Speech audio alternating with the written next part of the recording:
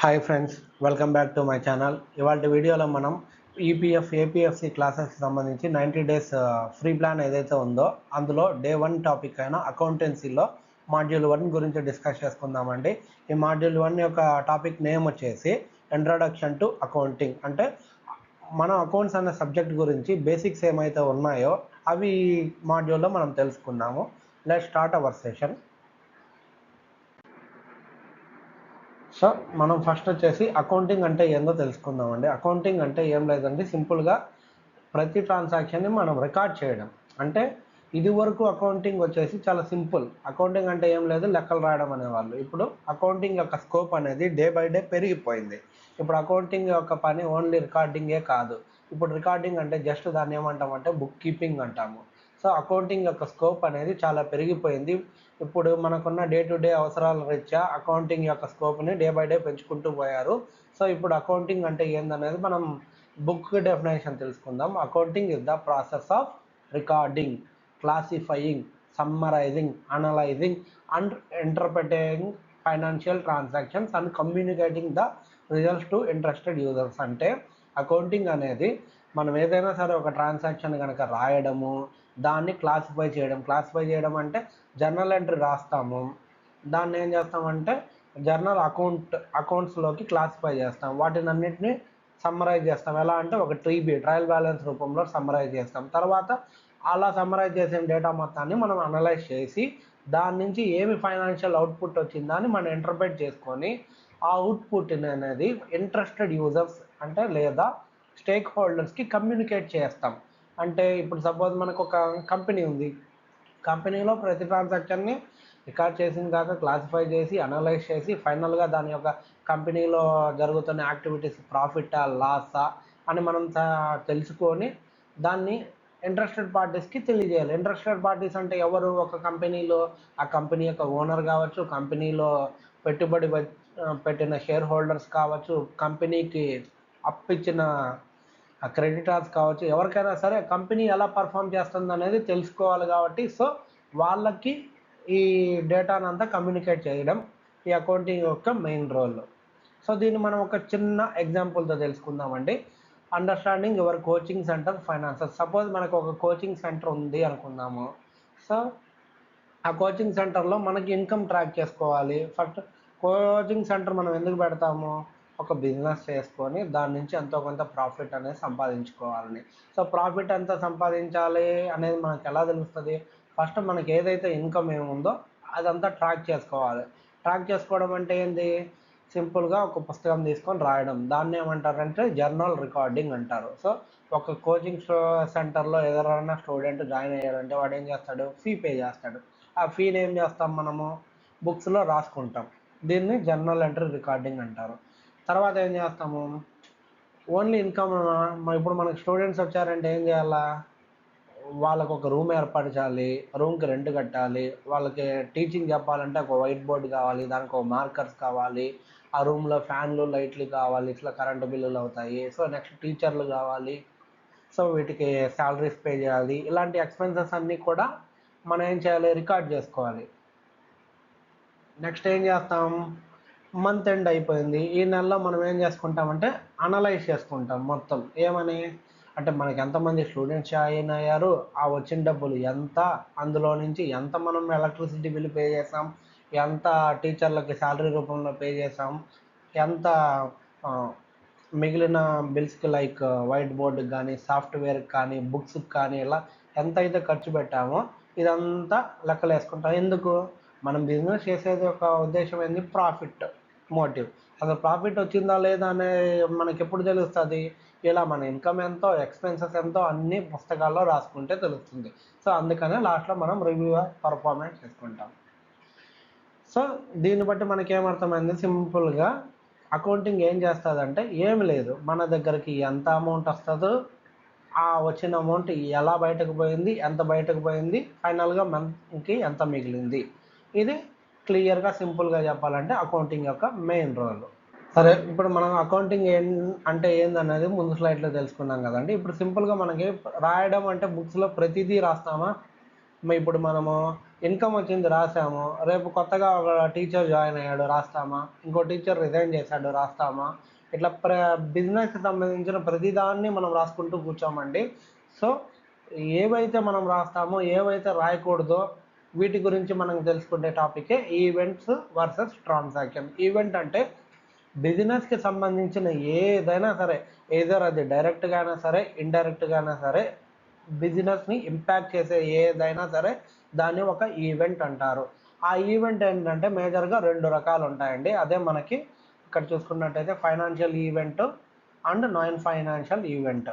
Financial event అంటే ఏ ఈవెంట్ని అయితే మనం మనీ రూపంలో మెజర్ చేయగలుగుతామో ఆ ఈవెంట్ని ఫైనాన్షియల్ ఈవెంట్ అంటారు. అంటే ఫర్ ఎగ్జాంపుల్ మనం ఏదన్నా ఒక వస్తువు కొన్నాము, ఇక్కడ తీసుకున్న ఎగ్జాంపుల్ ఏంటంటే పర్చేజ్ ఆఫ్ మిషనరీ. మన బిజినెస్కి ఏదన్నా ఒక మిషనరీ కొన్నామనుకోండి, సో ఆ మిషనరీ కొన్నామంటే ఏంటి, దానికి మనీ పే చేసి ఉంటాం కాబట్టి దాన్ని మనీ రూపంలో మెజర్ చేయగలుగుతాం. సో దాన్ని ఫైనాన్షియల్ ఈవెంట్ అంటారు. అదేవిధంగా ఇంకోసారి మన బిజినెస్లో ఒక నాన్ ఫైనాన్షియల్ ఈవెంట్ జరిగింది. ఎగ్జాంపుల్ ఏంటంటే మనీ అనేది ఇన్వాల్వ్ కాదు, కానీ అది ఆ బిజినెస్కి చాలా ఇంపార్టెంట్. ఫర్ ఎగ్జాంపుల్ మన కంపెనీలో ఒక మేనేజర్ని నియమించాము, ఆ మేనేజర్ ఏం చేశాడంటే రిజైన్ చేసేసాడు.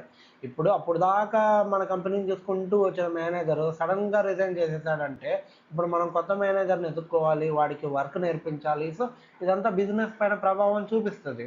సో ఈ రిజైన్ చేసేది కూడా బిజినెస్కి చాలా ఇంపార్టెంటే. బట్ ఈ రిజైన్ అనేదాన్ని మనం మానిటరీ రూపంలో చెప్పలేము, మనీ రూపంలో చెప్పలేము కాబట్టి సో దీన్ని రికార్డ్ చేయము. సో దీన్ని అందుకని ఈవెంట్ అంటాము.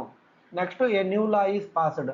మనం ఏదన్నా ఒక రూల్ ఫే చేసాం, మనమే కాదు గవర్నమెంట్ ఏదన్నా వచ్చేసింది, నువ్వు ఎక్స్పోర్ట్ ఆర్డర్స్ అన్నీ ఆపేయాలి అనేట్లా ఏదైనా రూల్ చేస్తుంది. సో దానివల్ల మన కంపెనీలో ఎక్స్పోర్ట్ ఆగిపోయింది. దీనివల్ల బిజినెస్ అనేది దెబ్బతింటుంది, ఇంపాక్ట్ చూపిస్తుంది. బట్ ఏదేమైనాటికి మానిటరీ రూపంలో దాన్ని మనము అనలైజ్ చేయలేం కాబట్టి సో దాన్ని నాన్ ఫైనాన్షియల్ ఈవెంట్ కిందకి ట్రీట్ చేస్తాం. సో దానికే కింద మనం ఎగ్జాంపుల్ ఇచ్చామండి. ఏమంటే మన అకౌంట్స్లో ఓన్లీ ఫైనాన్షియల్ ఈవెంట్స్ మాత్రమే రికార్డ్ చేస్తాము, నాన్ ఫైనాన్షియల్ ఈవెంట్స్ని రికార్డ్ చేయము. కాకపోతే ఆ ఈవెంట్స్ మన బిజినెస్ని ఎఫెక్ట్ చేస్తాయి కాబట్టి చిన్న రిపోర్ట్స్లో డిస్క్లోజర్ రూపంలో ఇట్లా మేనేజర్ రిజైన్ చేశారు అని అలా తెలియజేస్తాం పబ్లిక్కి. లైక్ గవర్నమెంట్కైనా కానీ, మేనేజ్మెంట్కైనా కానీ, regulatory authorities like SEBI, RBI కానీ ఇలాంటి వాళ్ళకి మనం తెలియజేస్తాం. ఎగ్జాంపుల్ ఇక్కడ మనం ఇచ్చాము, ఆల్రెడీ పైన ఎగ్జాంపుల్ చెప్పాం కాబట్టి ఈ ఎగ్జాంపుల్ జస్ట్ మీరు చదువుకోవడం కోసం ఇట్లా ఇచ్చాను. ఫైర్ యాక్సిడెంట్ జరిగిన, అపాయింట్మెంట్ ఆఫ్ న్యూ సీఈఓ జరిగినా కానీ అవి నాన్ ఫైనాన్షియల్, సో మనం రికార్డ్ చేయము. Next transaction. ట్రాన్సాక్షన్ అంటే నథింగ్ బట్ ఈవెంట్లో ఒక పార్టే. ఏ ఈవెంట్ అయితే నాన్ మానిటరీ అవుతుందో అది నాన్ ఫైనాన్షియల్ ఈవెంట్ అవుతారో, ఏదైతే మానిటరీ ఈవెంట్ అయితే ఏ మానిటరీ ఈవెంట్ ఉంటుందో దాన్ని ఏమంటామంటే ట్రాన్సాక్షన్ అంటాం, అంతే. ఇక్కడ డెఫినేషన్ చూసుకుంటే a type of event that involves an exchange of value in monetary terms. అంటే మనీ రూపంలో ఏదైనా సరే ఎక్స్చేంజ్ కనుక జరిగినట్టయితే దాన్ని ట్రాన్సాక్షన్ అంటాము. సో దీని యొక్క వెయిట్ ఇన్ ట్రాన్సాక్షన్ అంటాము అంటే always measurable in monetary terms. Monetary టర్మ్స్లో దేన్నైతే మెజర్ చేయగలుగుతామో వాటిని అన్నింటినీ ట్రాన్సాక్షన్ అంటాము. అలాంటి వాటిని అన్నింటినీ మనం ఏం చేస్తామంటే ఈ బుక్స్లో రికార్డ్ చేయడం జరుగుతుంది. ఈ మానిటరీ ట్రాన్సాక్షన్స్ ఎన్ని రకాలు ఉంటాయంటే 2 రకాలు ఉంటాయి. ఒకటి ఏదర్ క్యాష్ రూపంలో జరగచ్చు, ఇంకొకటి క్రెడిట్ రూపంలో జరగచ్చు. ఎవరికైనా సరే క్యాష్ తీసుకొని ఇచ్చామనుకో అది ఆటోమేటిక్గా మనం రికార్డ్ చేస్తాం, ఎందుకంటే మనీ ఉంది కాబట్టి. ఒకసారి మనం ఏం చేస్తాము అంటే అప్పుగా సేల్ చేసేంటాం. అప్పుగా అంటే ఇప్పుడు మనీ రాదు, మనకి ఫ్యూచర్లో మనీ వస్తుంది. సో మనం ఏమనుకుంటామంటే ఇప్పుడు మనీ రాలేదు కాబట్టి దీన్ని రికార్డ్ చేయకూడదేమో అనుకుంటాం. కాదు, మనకి ట్రాన్సాక్షన్ ఇక్కడ అయిపోయింది, కాకపోతే అదేంటంటే క్రెడిట్ రూపంలో జరిగింది, ఫ్యూచర్లో డబ్బులు వస్తాయి అంతే. కానీ ఇప్పుడైతే దాన్ని మెజర్ చేయగలుగుతాం కదా, సో కాబట్టి దాన్ని కూడా మనం రికార్డ్ చేయాల్సి వస్తుంది. సో దానికి ఎగ్జాంపుల్ కింద సేల్ ఆఫ్ గుడ్స్ ఫర్ 50,000 మనం గూడ్స్ అమ్మాం, అది క్యాష్ రూపంలో అమ్మినా సరే క్రెడిట్ రూపంలో అమ్మినా సరే దాన్ని మనం రికార్డ్ చేస్తాం. మన కంపెనీకి సంబంధించి ఎలక్ట్రిసిటీ బిల్ ఒకటి పేమెంట్ చేస్తాం, సో దాన్ని కూడా మనం రికార్డ్ చేసేస్తాం.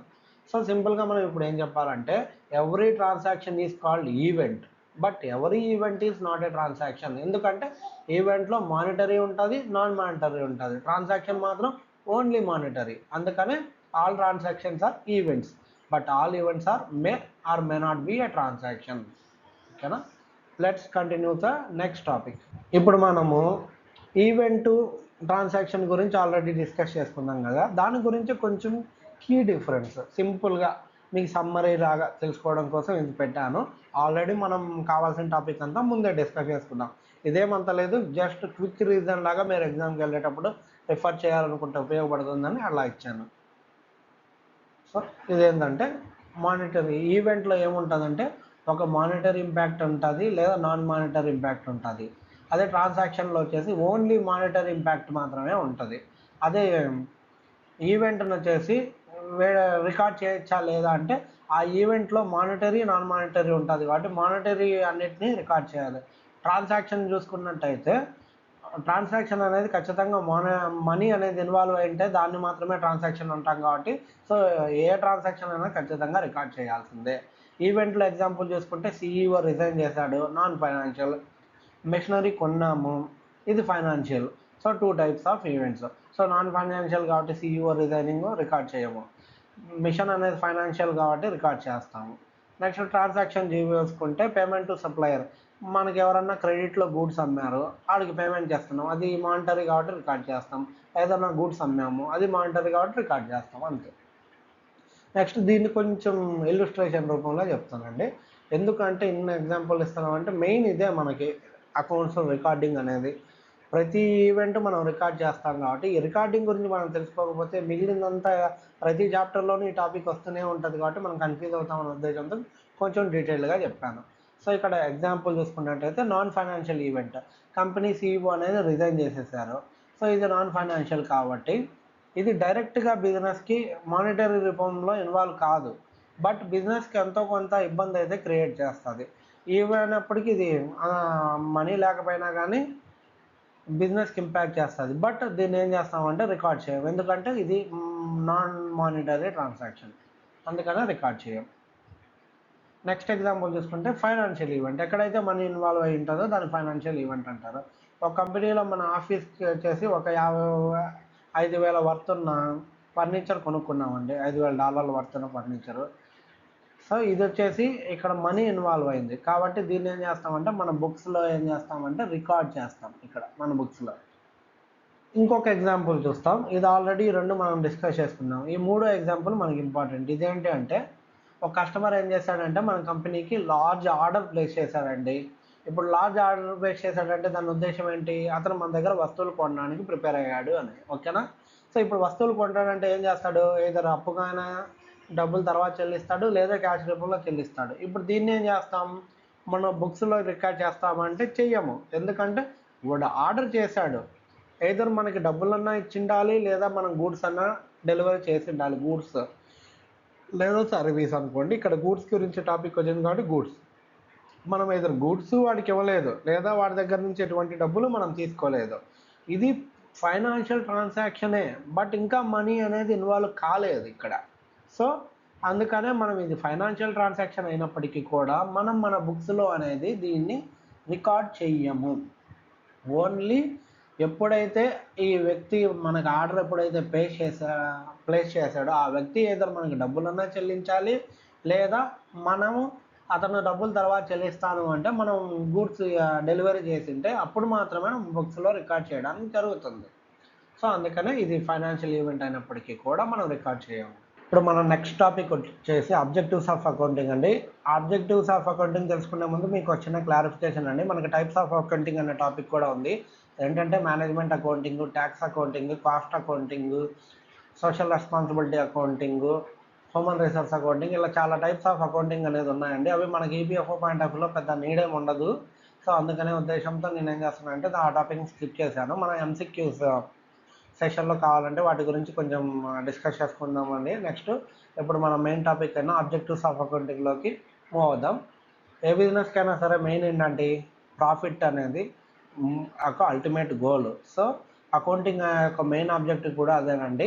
ఒక బిజినెస్ సంబంధించి ఒక ప్రాఫిట్ అండ్ లాస్ని ఒక పర్టికులర్ పీరియడ్లో అసర్టైన్ చేయడం కోసము ఆ బిజినెస్ యొక్క ఫైనాన్షియల్ పొజిషన్ని, ఆ ఫైనాన్షియల్ పొజిషన్ అంటే అదే ప్రాఫిట్ అండ్ లాస్ని బట్టి ఆ బిజినెస్ సస్టైన్ అవుతుందా లేదా, ఆ బిజినెస్కి ఎంత అసెట్లు ఉన్నాయి, ఎన్ని లయబిలిటీలు ఉన్నాయి, ఇలా చూపించేదానికి ఆ బిజినెస్కి సంబంధించిన ఇన్ఫర్మేషన్ అనేది ఆ బిజినెస్ మీద ఆధారపడిన యూజర్స్కి కమ్యూనికేట్ చేయడం అనేది ఈ అకౌంటింగ్ యొక్క మెయిన్ ఆబ్జెక్టివ్ అనేదండి. సో ఇప్పుడు దాని గురించి కొంచెం డీటెయిల్గా తెలుసుకుందాం. ఏంటి అంటే ఈ అకౌంటింగ్ మనకి ఎలా ఉపయోగపడుతుందంటే మనం ఏ టు జెడ్ అన్ని లెక్కలు రాస్తాం కదండి. ఈ లెక్కలు రాసాక ఫైనల్గా ఏంటి మనకి ఎంత వచ్చింది ఎంత పోయింది అనేది మనం తెలుసుకోవడానికి ఉపయోగపడుతుంది.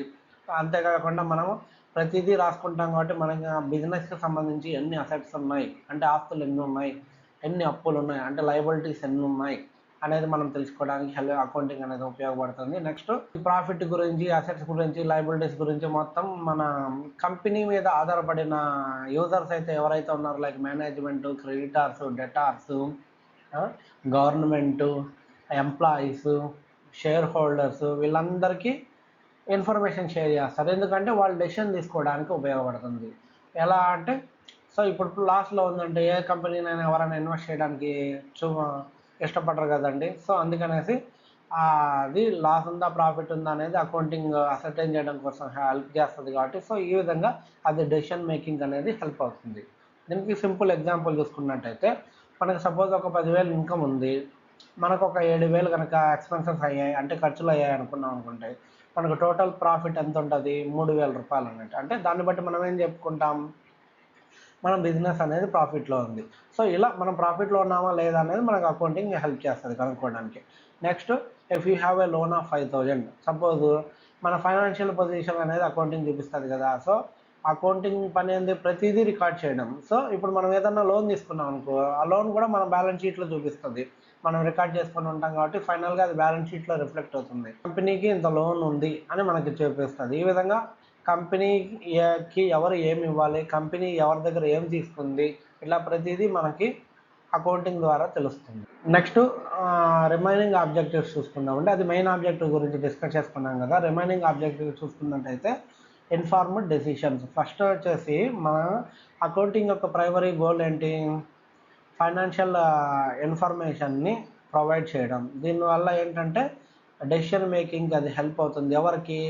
మేనేజ్మెంట్కి, లైక్ ఇన్వెస్టర్స్కి, రెగ్యులేటర్స్ లైక్ సెబీకి, గవర్నమెంట్కి అండ్ అదర్కి స్టేక్ హోల్డర్స్. ఎవరైతే ఇంకా కంపెనీ మీద ఇంట్రెస్ట్ ఉంటుందో లైక్ ప్రమోటర్స్, లేకంటే షేర్ హోల్డర్స్, ఇట్లా ఎవరైతే కంపెనీ మీద డిపెండ్ అయి ఉంటారో వీళ్ళందరికీ కీ ఇన్ఫర్మేషన్ ప్రొవైడ్ చేస్తుంది. ఎందుకు? దానివల్ల ఏమవుతుందంటే డెసిషన్ మేకింగ్ తీసుకోవడానికి హెల్ప్ అవుతుంది. అందుకనే అకౌంటింగ్ ఒక వన్ ఆఫ్ ద ఆబ్జెక్టివ్ ఏంటంటే ఇన్ఫార్మడ్ డెసిషన్స్, అంటే డెసిషన్ తీసుకోవడానికి హెల్ప్ చేస్తుంది. నెక్స్ట్ అకౌంటింగ్ ఏమంటారంటే బిజినెస్ లాంగ్వేజ్ అని అంటారు. ఎందుకు అంటే ఇది రా డేటా మనం ఏదైనా సరే ఇచ్చామనుకోండి దాని నుంచి ఒక మీనింగ్ఫుల్ ఇన్ఫర్మేషన్ అనేది తయారు చేసుకొని అది మన కంపెనీకి సంబంధించిన ఎవరైతే ఉన్నారో యూజర్స్ వాళ్ళకి కమ్యూనికేట్ చేయడానికి ఉపయోగపడుతుంది. దీనివల్ల ఏమవుతుందంటే కంపెనీలో ఉన్న రిసోర్సెస్ని మనం ప్రాపర్గా యూటిలైజ్ చేసుకుంటాము. నెక్స్ట్ ఏం చేయాలని క్లియర్గా ప్లాన్ చేసుకుంటాము. మన పర్ఫార్మెన్స్ ఎలా ఉందని మెజర్ చేసుకోవడానికి ఉపయోగపడుతుంది. నెక్స్ట్ మన కంపెనీ లాస్లో ఉందా ప్రాఫిట్లో ఉందా ట్రూగా మనకి చూపించుకోవడానికి బయట వాళ్ళకి ఉపయోగపడుతుంది. అందుకనే కంపెనీ మన అకౌంటింగ్ ఏమంటారంటే లాంగ్వేజ్ ఆఫ్ బిజినెస్ అంటారు. సో ఈ అకౌంటింగ్ అనేది మనకి ఇలా కంపెనీ గురించి కంప్లీట్ ఇన్ఫర్మేషన్ తెలుసుకోవడానికి చాలా ఉపయోగపడుతుంది. Next essential for growth. ఈ అకౌంటింగ్ అనేది మన కంపెనీ యొక్క ఎదుగుదలకి చాలా ముఖ్యమండి. ఎలా అంటే మనకి ఇప్పుడు ఏ చిన్న టీ కొట్టు అయినా తీసుకోండి, చిన్న టీ కొట్టు నుంచి పెద్ద ఎంఎన్సీ కంపెనీ వరకు ప్రతి ఒక్క చోట ఈ అకౌంటింగ్ అనేది అప్లికబుల్ అవుతుందండి, ఇర్రెస్పెక్టివ్ ఆఫ్ సైజ్.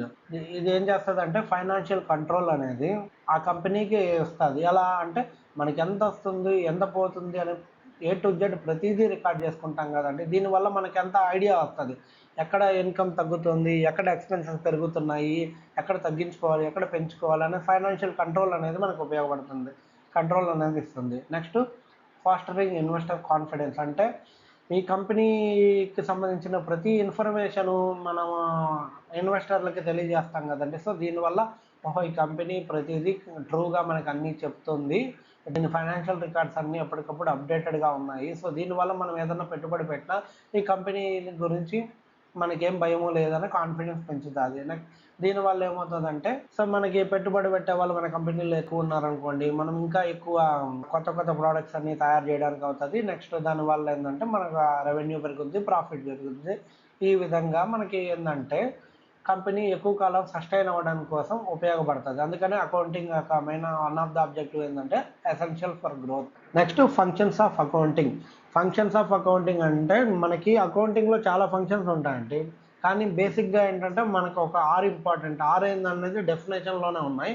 ఏదైనా సరే ఒక ట్రాన్సాక్షన్ని ఐడెంటిఫై చేశాక దాన్ని ఏం చేస్తామంటే, ఐడెంటిఫై చేయడం అంటే ఏంది, అది మానిటర్ అని నాన్ మానిటర్ అని చూడడం అంతే. మానిటర్ అయితే దాన్ని ఏం చేస్తామంటే రికార్డ్ చేస్తాం. సో ఫస్ట్ ఫంక్షన్ వచ్చేసి మనకి రికార్డ్ చేయడం. Writing down every money related transaction such as recording 50 rupees chocolate. ఒక చాక్లెట్ ఏదైనా అమ్మాము మన షాప్లో ఉందంటే దాన్ని బుక్స్లో రికార్డ్ చేసుకుంటాం, ఎంత అమ్మాము అని, అలా రికార్డింగ్. నెక్స్ట్ ఏం చేస్తాం, సిమిలర్ ట్రాన్సాక్షన్స్ అన్నిటినీ ఒక గ్రూప్ కిందకి క్లాసిఫై చేస్తాం.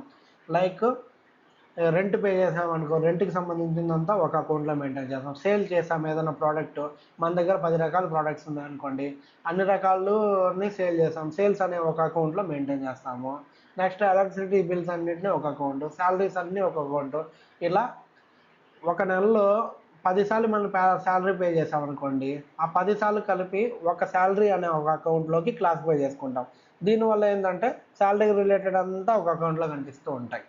సో జర్నల్లో రికార్డ్ చేసిన ప్రతిదాన్ని ఈ లెడ్జర్ అనే బుక్లో మనం క్లాసిఫై చేయడం జరుగుతుంది. నెక్స్ట్ ఏంటంటే సమ్మరైజేషన్ అండి. సమ్మరైజేషన్ అంటే మనం లెడ్జర్ అకౌంట్లో క్లాసిఫై చేసాం కదా, సపోజ్ సేల్స్ అకౌంట్ అంటే ఏమేమైతే సేల్స్ పేజ్లో రికార్డ్ చేసి ఉంటామో జర్నల్ రూపంలో, వాటిని అన్నింటినీ సేల్స్ అనే అకౌంట్లో క్లాసిఫై చేసి ఉంటాం. తర్వాత ఆ సేల్స్ టోటల్ ఎన్ని జరిగాయి అనేది మనకు ఒక బ్యాలెన్స్ కావాలి కదండి. టోటల్లో ఆ ఫిగర్ని మనం ట్రయల్ బ్యాలెన్స్లో వేస్తాము, ఎండింగ్ బ్యాలెన్స్. సో టోటల్ ఏ అకౌంట్లో ఎంత జరిగిందో ఆ మొత్తాన్ని ఏం చేస్తామంటే సమ్మరైజ్ చేయడం జరుగుతుంది. నెక్స్ట్ ఏం చేస్తామంటే అనలైజ్ చేస్తాం. ఏమని, ఇప్పుడు మనము సేల్స్ రూపంలో సమ్మరైజ్ చేసేసాము అంటే టోటల్ ఇన్ని సేల్స్ జరిగాయని మనకు ఒక బ్యాలెన్స్ వచ్చింది లాస్ట్లో. ఈ బ్యాలెన్స్ ద్వారా మనం ఏం చేస్తామంటే అనలైజ్ చేస్తాం. ఓకే, ఇప్పుడు ఎంత సేల్స్ జరిగాయి, దీనివల్ల ఎంత ఎక్స్పెన్సెస్ జరిగాయి, సో ఫైనల్గా మనకి ఎంత మిగిలింది, సో లేదంటే ఎంత లాస్ వచ్చింది, ఎంత ప్రాఫిట్ వచ్చింది, సో నెక్స్ట్ ఏం చేయాలి అనేసి అలా అనలైజ్ చేసుకోవడానికి మనకి ఉపయోగపడుతుంది సమ్మరైజ్ డేటా. తర్వాత ఏం చేస్తామంటే ఇంటర్ప్రెట్ చేసేస్తాం. ఇంటర్ప్రిటేషన్ అంటే ఏంటి అంటే ఆ ఫైనాన్షియల్ డీటెయిల్స్ ఏవైతే ఉంటాయో వాటిని అండర్స్టాండ్ చేసుకోవడం ఇంటర్ప్రిటేషన్ అంటే. ఓకేనా. సో ఇప్పుడు మనం 100 రూపాయలకి అమ్మాము, 80 రూపాయలు ఖర్చులు అయినాయి, 20 రూపాయలు మిగిలింది అంటే ఏమని, సో మనకి 20 రూపాయలు ప్రాఫిట్ వచ్చింది. నెక్స్ట్ మంత్ ఏం జరిగింది, 120 రూపీస్ అమ్మాము, 90 రూపాయలు ఖర్చు అయింది, సో 30 రూపాయలు మిగిలింది. అంటే ఈసారి ఏమైంది, ముందు కంటే ఇప్పుడు 10 రూపాయలు ప్రాఫిట్ పెరిగిందంటే ఆల్మోస్ట్ 50% ప్రాఫిట్ అనేది మార్జిన్ అనేది పెరిగింది మనకి. సో దేనివల్ల పెరిగిందంటే improved sales, reduced expenses. So ఇలా మనం ఇంటర్ప్రెట్ చేసుకోవడానికి ఈ అకౌంటింగ్ అనేది ఉపయోగపడుతుంది. ఇది నెక్స్ట్ కమ్యూనికేటింగ్ అంటే ఇంకా వివరించడం. ఎవరికి ఇంట్రెస్టెడ్ పార్టీస్ ఎవరైతే ఉన్నారో, మేనేజ్మెంట్, ఓనర్. సపోజ్ మనకు ఒకటి కంపెనీ ఉంది, మనం ఒక్కరమే ఉన్నాం ఓనర్ అనుకుంటే, సో మనమే ఇంటర్ప్రెట్ చేసుకోవడం. ఏమని, ఓ మన బిజినెస్ ఎంత చేసాం, మనకి ఇంత ప్రాఫిట్ వచ్చింది, సో మన కంపెనీ ప్రాఫిట్లోనే ఉంది, కంటిన్యూ చేయొచ్చు, లేదా లాస్లో ఉంది, ఏం చేయాలి, ఇలా కమ్యూనికేట్ చేయడం. Users of accounting information. అసలు మనం ఆల్రెడీ డెఫినేషన్లో చూసుకున్నాం కదండి. రికార్డింగ్ ఒక ట్రాన్సాక్షన్ రికార్డ్ చేసి దాన్ని క్లాసిఫై చేసి అనలైజ్ చేసి ఏం చేస్తాం, ఫైనల్గా ఎండ్ యూజర్స్కి కమ్యూనికేట్ చేస్తాం. ఆ కమ్యూనికేట్ ఎవరికి చేస్తామంటే ఎండ్ యూజర్స్ ఎవరు, వాళ్ళు ఇక్కడ ఈ స్లైడ్లో తెలుసుకుందాం. ఎవరు అంటారు, ఒక కంపెనీ పెట్టామంటే దానికి ఒక ఓనర్ ఉంటారు. ఒకవేళ ఆ ఓనర్కి డబ్బులు లేవనుకుంటే ఏం చేస్తాడు, ఎవరో ఒకరి దగ్గర నుంచి డబ్బులు తెచ్చుకుంటారు, వాళ్ళని ఇన్వెస్టర్స్ అంటారు. నెక్స్ట్ ఏంటంటే గవర్నమెంట్ ఏం చేస్తుందంటే కంపెనీకి ట్యాక్స్ విధించాలి కదా. సో కంపెనీ యొక్క ఎంత సేల్స్ జరుగుతున్నాయి ఏంటనేది గవర్నమెంట్ కూడా ఇన్ఫర్మేషన్ కావాలి, ఎందుకంటే ట్యాక్స్ కలెక్ట్ చేసుకోవడం. నెక్స్ట్ ఏంటంటే ఆ కంపెనీ రన్ చేయడం కోసం మనం ఏం చేస్తామంటే మేనేజర్ని అపాయింట్ చేస్తాము, ఎందుకు, బెటర్ డెసిషన్స్ తీసుకుంటారు కాబట్టి. So next creditors. ఇప్పుడు మనం కంపెనీలో పెట్టుబడి 2 రకాలుగా పెడతారు. ఒకటి ఏంటంటే వాటాను అమ్మేసుకోండి. మన దగ్గర 100 రూపాయలు వాల్యూ ఉన్న కంపెనీ ఉందనుకోండి, ఇద్దరు 100 రూపాయల్లో 50 రూపాయలు వేరే వాడికి షేర్ ఇచ్చుకొని మనం డబ్బులు తీసుకున్నాం అనుకోండి, వాళ్ళకి రీపే చేయాల్సిన పనిలే. వాళ్ళ కంపెనీలో వాటా ఇస్తాం. వాళ్ళని ఏమంటారంటే ఇన్వెస్టర్స్ అంటారు. అదే కనుక మన దగ్గర రూ. 100 ఉన్న కంపెనీకి మనకి రూ. 50 నీడ్ ఉందనుకున్నాం. రూ. 50 వాడికి వాటా అమ్మకుండా వాడి దగ్గర అప్పుగా తీసుకుంటాం. అంటే 100 మన దగ్గరే ఉంటుంది. జస్ట్ వాడి దగ్గర నుంచి 50 అప్పుగా తీసుకుంటాము. రూ. 50 తగ్గట్టు మనం వడ్డీ ఇచ్చి తర్వాత రీపే చేసేస్తాం. సో వీళ్ళని ఏమంటారంటే క్రెడిటర్స్ అంటారు. నెక్స్ట్ బ్యాంక్స్లో లోన్ తీసుకుంటాము. సో ఈ బ్యాంక్స్. సో వీళ్ళందరికీ కూడా అకౌంటింగ్ యొక్క ఇన్ఫర్మేషన్ అనేది కావాలండి. ఎందుకంటే దాన్ని బట్టే వాళ్ళు డిసైడ్ చేసుకుంటారు. ఒక బ్యాంకు కంపెనీకి లోన్ ఇవ్వాలా లేదా, ఒక క్రెడిటర్ కంపెనీకి లోన్ ఇవ్వాలా లేదా, ఒక మేనేజర్ ఎలా డెసిషన్ తీసుకోవాలి, కంపెనీలో సేల్స్ని ఎలా పెంచాలి, ఎక్స్పెన్సెస్ ఎలా తగ్గించాలి, ఇలా వీళ్ళు డిసైడ్ చేసుకోవాలి అంటే అకౌంటింగ్ అనేది చాలా హెల్ప్ అవుతుందండి వీళ్ళందరికీ. సో అందుకే వీళ్ళని యూజర్స్ ఆఫ్ అకౌంటింగ్ ఇన్ఫర్మేషన్ అంటారు. నెక్స్ట్ వచ్చేసి ఈ స్లైడ్ వచ్చేసి ఇంతటితో మనకి ఎండ్ అయిపోయిందండి. సింపుల్గా చెప్పాలంటే అకౌంటింగ్ ఏంటంటే ఒక report card of our business. ఒక స్టూడెంట్ తన యొక్క పర్ఫార్మెన్స్ ఎలా తెలుస్తుందండి, తను రాసిన ఎగ్జామ్స్ అన్నీ కూడా మార్క్స్ ఒక రిపోర్ట్ కార్డులో, ప్రోగ్రెస్ రిపోర్ట్ కార్డులో ఇస్తారు కదా. సేమ్ అలానే బిజినెస్ యొక్క పర్ఫార్మెన్స్ ఎలా ఉందో తెలియాలంటే మనకు ఒక రిపోర్ట్ కార్డు కావాలి. దాన్ని అకౌంటింగ్ అంటారు. అకౌంటింగ్ ఏం చేస్తుందంటే ప్రతి రూపాయిని లెక్కేస్తుంది, ఎంత వచ్చింది ఎంత పోయింది అనేది. ఇది ఇంట్రొడక్షన్ టు అకౌంటింగ్. నెక్స్ట్ వీడియోలో మనం కలుద్దామండి. ఈ వీడియో కనుక మనకి నచ్చినట్టయితే please like, share and comment. Thank you for this session.